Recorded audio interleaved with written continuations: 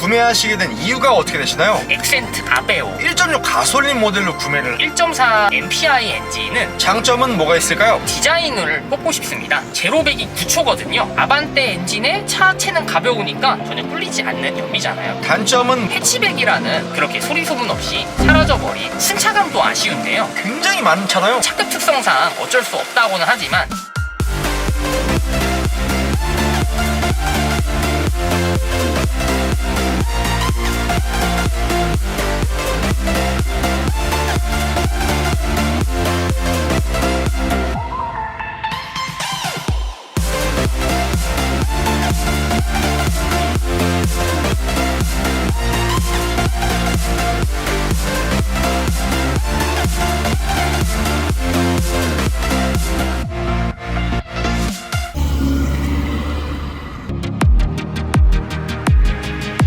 형님들 안녕하세요, 한기사입니다. 기아자동차에서 1987년부터 생산했던 소형 해치백 차량인 바로 3세대 올뉴 프라이드입니다. 혁신적인 디자인과 풍부한 장점을 바탕으로 프라이드 구매를 고민하시는 분들이 굉장히 많으실 텐데요. 그래서 올뉴 프라이드 차주분을 만나러 경기도 안양시에 도착했습니다. 가볍게 자기소개 한번 부탁드릴게요. 안녕하세요. 렌터카 회사에서 일하고 있는 26살 최승원이라고 합니다. 차주님께서 2년 전에 르노 클리오 차량으로 나와주셨다가 지금 차량 바꾸신 거네요. 클리오는 아직 저희가 가지고 있는데 이 차량을 추가로 구매를 하게 되었습니다. 자세한 이야기는 뒤에 가서 하는 걸로 할게요. 이 차량의 소개 좀 부탁드릴게요. 이 차량은 2013년 6월 제작된 3세대 올뉴 프라이드 5도어 해치백 모델이고요. 1.6 GDI 가솔린의 럭셔리 트림입니다. 이 차량 신차로 구매하신 건가요? 아니요, 이 차량은 K카에서 중고로 구매했습니다. 구매는 언제 하신 건가요? 2022년 8월 말에 구매했습니다. 구매 가격은 어떻게 되나요? 제가 이 매물을 690만 원에 구매를 했고요. 이것저것 부대 비용을 포함하더니 한 800만 원 정도에 구매를 했었습니다. 현재 총 주행거리는 어떻게 되나요? 지금 주행거리는 77,600km 정도이고요. 구매 당시에는 6만에 구매했다고 보시면 될 것 같아요. 그 전에 타시던 차는 어떤 차 타셨나요? 일전에 한기사님 채널에서 소개해드렸던 르노 클리오를 1년 정도 타다가 이 프라이드를 추가로 구매했고요. 그리고 회사 업무용 차량으로 니로 플러스를 타고 있습니다.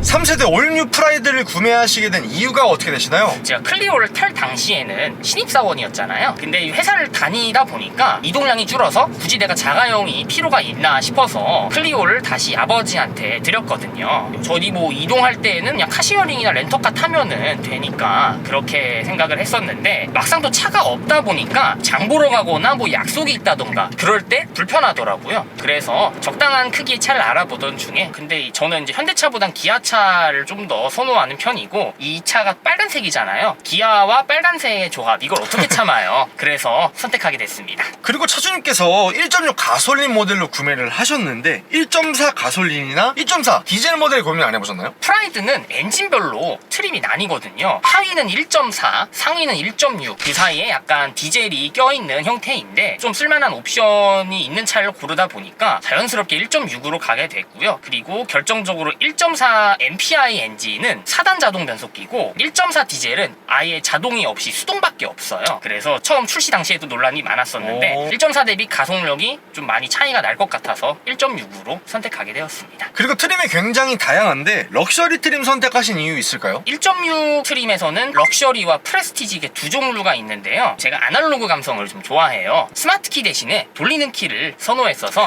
프레스티지 등급까지는 가지 않았습니다. 프라이드와 동시에 구매를 고민했던 차량이 어떤 게 있을까요? 영원한 라이벌이죠. 현대 엑센트하고 쉐보레 아베오 그리고 한 체급 높여서 아반떼 MD, K3 1에서 1.5세대, i30 2세대 그리고 SM3까지 한번 생각을 해봤는데요. SM3는 클리오를 탔던 입장에서 또 르노 삼성 말고 한 다른 차를 한번 가보자 싶어서 배제를 했고요. 아베오는 제가 웬만하면 디자인을 잘 안 보거든요. 근데 계기판을 보니까 무슨 알람 시계도 아니고 너무 구려서 이것도 탈락을 했고요. 아반떼 MD는 주변에 타는 사람도 많고 길 가다 너무 흔해서 그래서 이것도 탈락을 했습니다. 엑센트 K3 i30는 구매하기 직전까지 갔었어요. 근데 앞서 말씀드렸다시피 이 기아와 빨간색이 너무나도 끌려서 최종적으로 프라이드를 결정하게 되었습니다. 3세대 올뉴 프라이드의 장점은 뭐가 있을까요? 우선은 디자인을 꼽고 싶습니다. 이 3세대 프라이드가 2011년에 처음 출시됐는데 이때는 이젠 기아차의 전설이 되신 분이죠. 피터 슈라이어 형님 계시잖아요. 굉장히 어마어마한 형님이세요. 디자인 기아를 만드신 분이에요. 이 디자인 철학이 이 프라이드에도 그대로 녹아있다고 보시면 돼요. 물론 포르테, 로체 이노베이션, 소렌토 R, K5 순으로 이어지는 그런 날렵한 그 헤드라이트 있잖아요. 이런 것까진 아니지만 그래도 이 특유의 호랑이 코 그릴은 숨기지 못할 특성이라고 볼 수 있습니다. 그리고 지금 이게 휠을 바꾼 건데요. 원래는 15인치 휠이었는데 지금은 스토닉에 17인치를 달아놨어요. 그래서 밋밋한 15인치 휠보다는 검정과 은색의 조합으로 이루어진 알루미늄 휠이 프라이드를 좀 더 커 보이게 하는 그런 느낌을 가지고 있는 것 같아요. 그리고 후면부 보시게 됐을 때 해치백 특유의 날렵한 디자인과 더불어서 무난무난한 후면부 디자인이 굉장히 안정적인 느낌을 주는 것 같아요. 실내 디자인도 마음에 드는데요. 대시보드에 딱 필요한 버튼만 있고 직관성이 뛰어나다고 볼 수 있습니다. 근데 정말 죄송한데 실내 디자인 딱 전 보자마자 모닝 디자인이랑 거의 똑같은 것 같은데. 네?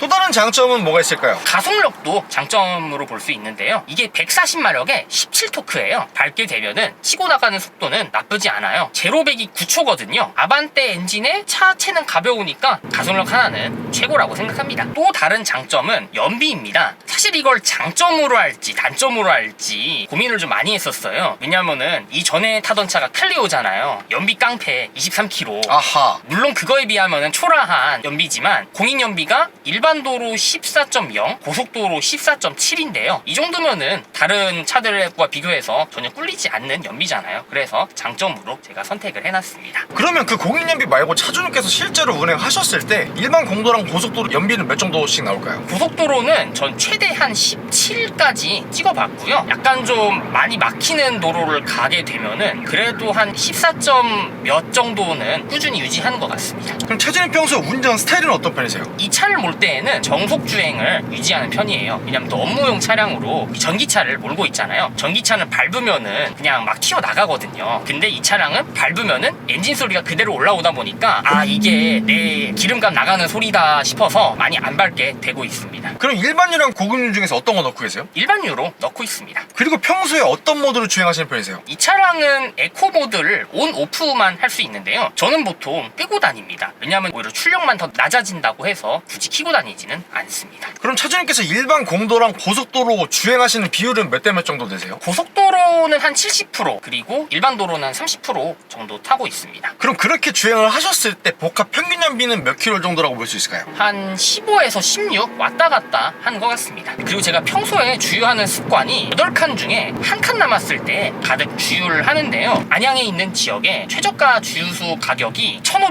1,579원이거든요. 보통은 5만원 정도 들어가는데 그리고 이 차량 기름통이 좀 많이 작아요. 43리터밖에 안 들어가거든요. 그래서 완전 바닥에서 기름을 넣어도 7만원까지 넣은 적은 없었습니다. 그럼 그렇게 가득 주유하셨을 때 총 주행 가는 거리는 몇 킬로 정도 되나요? 주유 직후에는 트립에는 610 정도 찍혀요. 근데 오래 가지는 않고 근데 달리다 보면 한 470, 80 정도로 떨어지더라고요. 또 다른 장점은 뭐가 있을까요? 10년 된 차치고는 나름 괜찮은 옵션을 가지고 있어요. 예를 들면은 세이프티 파워 윈도우, 이게 오토 업다운이 둘 다 됐는데 아, 운전석 조수석이요? 아니 제 말은 운전석에 오토 업다운이 되거든요. 네. 근데 이거는 골 때리게도 아반떼로 가면은 지금 나오는 아반떼에도 풀옵션으로 가야만 되거든요. 그냥 어중간한 트림으로 가면은 오토 다운밖에 안 됩니다. 근데 이건 전 트림 업다운이 기본으로 들어가요. 그리고 크루즈 컨트롤, 물론 요즘에야 이제 스마트 크루즈 컨트롤이 대중화됐으니까 앞차랑 간격 이런 것들 다 조절해주지만 10년 전에 비해서는 이런 옵션도 감지덕지하지 않나 싶고요. 그리고 결정적으로 액센트에는 크루즈 컨트롤 옵션을 선택할 수가 없습니다. 그리고 트렁크 안쪽 손잡이가 있는데요. 요즘에 이거 없다고 불편을 호소하시는 차들이 많잖아요. 최근에 출시된 CN7 아반떼까지만 가더라도 트렁크 손잡이 없어갖고 아쉬워하시는 분들 굉장히 많아요 지금. 근데 이 차량은 고맙게도 있어서 아주 짐을 옮기거나 내릴 때 편리합니다. 그리고 트렁크가 은근 넓어요. 이 차 휠을 바꿀 때에도 제가 대구로 직접 가서 휠을 싣고서 왔었거든요. 근데 이게 타이어까지 포함했는데도 휠 4개가 다 들어가요. 그 정도로 공간의 마술사가 현대자동차 그룹 아닙니까?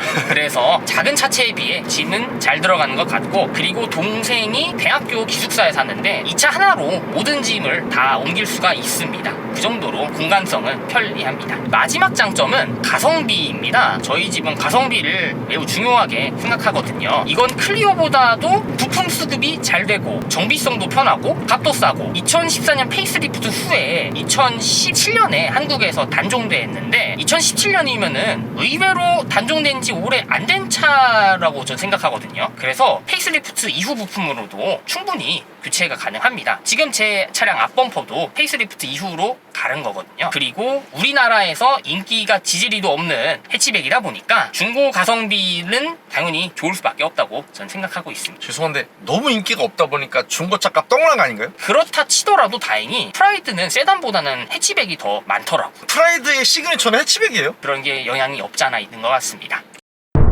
3세대 올뉴 프라이드의 단점은 뭐가 있을까요? 소형차 해치백이라는 특성 자체가 단점입니다. 너무 큰 단점 아닌가요? 맞아요. 예. 유럽에서는 클리오도 그랬지만 인기 차종이 맞거든요. 유럽에서는 소형차나 해치백 이런 차들이 인기가 많잖아요. 워낙 도로가 협소하고 이러다 보니까 인기가 많은데 우리나라에서는 유독 죽을 못 쓰는 게 해치백 차량들, 소형차 차량들이잖아요. 이 차도 마찬가지로 해외에서 리오로 팔리면서 나름 쏠쏠한 판매량을 올렸던 차량이에요. 근데 한국에서는 점점 더 차가 커지고 사람들도 점점 더 큰 차, 비싼 차를 선호해지니까 자연스럽게 소형차가 도태될 수밖에 없더라고요. 같은 돈을 놓고 보더라도 혜택이 빵빵한 경차로 가거나 아니면 돈 좀 보태서 준준형차로 가버리니까 입지가 많이 무너진 거 아닐까 싶습니다. 그리고 또 다른 아쉬운 점은 액센트 밀어주기에 피해자라는 겁니다. 사실 2세대 프라이드만 하더라도 그 당시 같이 팔렸던 베르나가 워낙에 좀 디자인이 영 좋지가 않아서 프라이드가 훨씬 많이 팔렸거든요. 그런데 베르나라는 이름을 버리고 엑센테로 다시 돌아오니까 전세가 역전이 돼서 이 차량이 이제 만년 2인자로 떨어지는 그런 신세가 되어버렸습니다. 예를 들면은 엑센테에는 1.6 VGT 디젤 엔진이 들어가잖아요. 연비 깡패 액디수라는 그런 이름으로 지금 공도위를 달리고 있잖아요. 전설의 액디수. 근데 이 차 프라이드는 1.4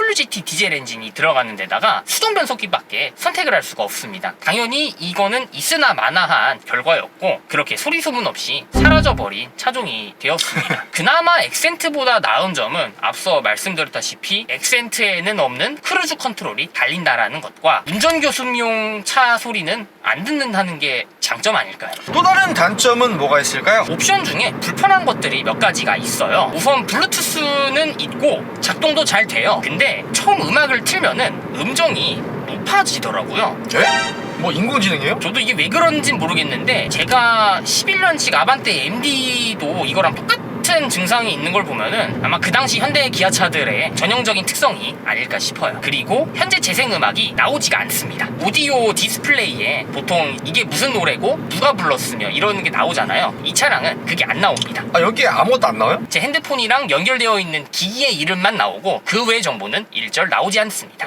아무리 여기 센터페시안이 이 디스플레이가 작다고 해도 상단에다가 가수 이름, 제목 요 정도는 띄워줄 수 있잖아요. 왜 그렇게 만들었는지는 모르겠는데 아마 그것도 기술의 한계라고 변명하지 않을까 싶어요. 그리고 트렁크에 유압식 쇼바가 자주 나간다고 하더라고요. 쭉 자연스럽게 올라가는 게 나가서 확 올라간다던가 막 이래요? 아니요, 그게 아니라 네. 안 올라갑니다. 자동으로 안 올라가고 내가 그냥- 손을 쭉 밀고 있어야 된다? 네, 다행히 고정은 되는데 이게 어느 순간부터 멈추더니 다 안 올라가면은 뚝 떨어지잖아요. 그래서 제 머리가 아플 때가 많습니다. 근데 카페를 들어가 보니까 저만 그런 건 아니더라고요. 아, 요 얘기가 맞나요? 네, 카페도? 그래서 좀 그냥 불편한 대로는 일단 타고 있습니다. 그리고 핸들 위치를 조절을 해야 되는데 이 차는 위아래로만 가능하지 앞뒤로는 불가능합니다. 핸들 조절할 때 보통 위아래 그리고 좌우 이렇게 다 되잖아요. 네. 근데 위아래만 되고 이렇게 좌우가 안 돼요? 네, 당길 수도 없고 밀 수도 없습니다. 요거 불편하겠네요. 그리고 센터 콘솔이 많이 내려가 있어요. 그래서 팔걸이가 사실상 없다고 보시면 됩니다. 다행히 앞뒤로 당겨지기는 하는데 그거에 비해서는 좀 많이 부족한 게 아닐까 싶어요. 또 다른 단점은 노면 소음이 심합니다. 시동을 걸고 블루투스 핸드폰을 자동 연결하면은 음악이 바로 재생이 되잖아요. 근데 꼭 처음에는 음악 소리가 너무 커요. 그래서 볼륨을 줄이고 도로에 나가게 됐는데 어느새부턴가 점점 더 볼륨을 올리고 있는 저 자신을 발견하게 되더라고요. 물론 차급 특성상 어쩔 수 없다고는 하지만 그래도 아쉬운 건 사실이죠. 그리고 이 차량은 승차감도 아쉬운데요. 토션빔이 들어갑니다. 이거 지금 이 토션빔 얘기 듣자마자 온갖 기억들이 떠오르는데 토션빔 하면 승차감이 안 좋다는 얘기가 굉장히 많잖아요. 맞아요. 물론 소형차에 멀티링크라는 거는 솔직히 말씀드리면은 좀 비양심적인 걸 수도 있어요. 어쩔 수 없지만 그래도 노면에서 오는 충격이라든지 과속방 지턱을 넘는다든지 하게 될 경우에는 그 충격을 온몸으로 받게 되는 단점이 있습니다. 올뉴 프라이드의 한 달 유지비는 어떻게 되나요? 우선 보험료는 제가 동생까지 포함해서 1년에 100만 원 정도를 내고 있고요. 운전자 보험은 한 달에 16,000원, 자동차세는 한 1년 기준으로 16만 원 정도 나오고, 그리고 제가 고속도로 7, 시내 3 비율로 운행했을 때 평균 연비는 15에서 16 정도인데, 그리고 제가 보통 주유를 할 때에는 8칸 중에 1칸이 남았을 때 가득 주유를 하는 편인데요. 저희 지역 최저가 주유소인 1,579원 기준으로 가득 넣었을 시에는 5만 원 정도 들어갑니다. 그렇게 했을 때 총 주행 가는 거리는 트립에는 610 정도 찍히는데 실제로는 그 정도는 아니고 한 470 정도 주행 가능하다고 보시면 될 것 같습니다. 타이어는 지금 금호에 TA91이 껴져 있는데요. 휠하고 타이어 넷짝하고 얼라이먼트까지 합해서 총 90만 원이 들었고요. 그리고 엔진 오일은 오토큐를 가지는 않고 일반 공업사로 가고 있는데, 제가 또 렌터카 직원이다 보니까 저희 협력 업체를 단골로 이용하고 있거든요. 그래서 10,000km에 4만 원 정도 지출을 하고 있습니다. 3세대 올뉴 프라이드를 구매하신 걸 후회하시진 않나요? 이 차를 구매한 게 후회는 없고 바꾸기 전까지는 애지중지하면서 탈 생각입니다. 마지막으로 하고 싶으신 말씀 있으실까요? 제가 호주에서 살았던 적이 있었는데 그때 포드 피에스타를 탔었거든요. 피에스타, 클리오, 프라이드까지 거의 뭐 수영차 홍보대사 아닌가 싶은 생각이 드는데요. 아무리 우리나라에서 경차하고 준준형차 사이에 있는 애매하고 인기 없는 차종이라고 하지만 소형차도 분명히 기본기는 탄탄한 그런 차라고 전 생각을 합니다. 유럽에서도 인기 있는 이유가 있으니까요. 그래서 한 번씩 여러분들도 꼭 그 매력을 느낄 수 있었으면 좋겠습니다. 구독과 좋아요 살포시 부탁드리고요. 그리고 제가 차주 인터뷰 촬영을 위해 전국 방방곡곡 가고 있으니 아래에 있는 메일 주소로 출연 신청 부탁드리고요. 형님들 오늘도 좋은 하루 되세요.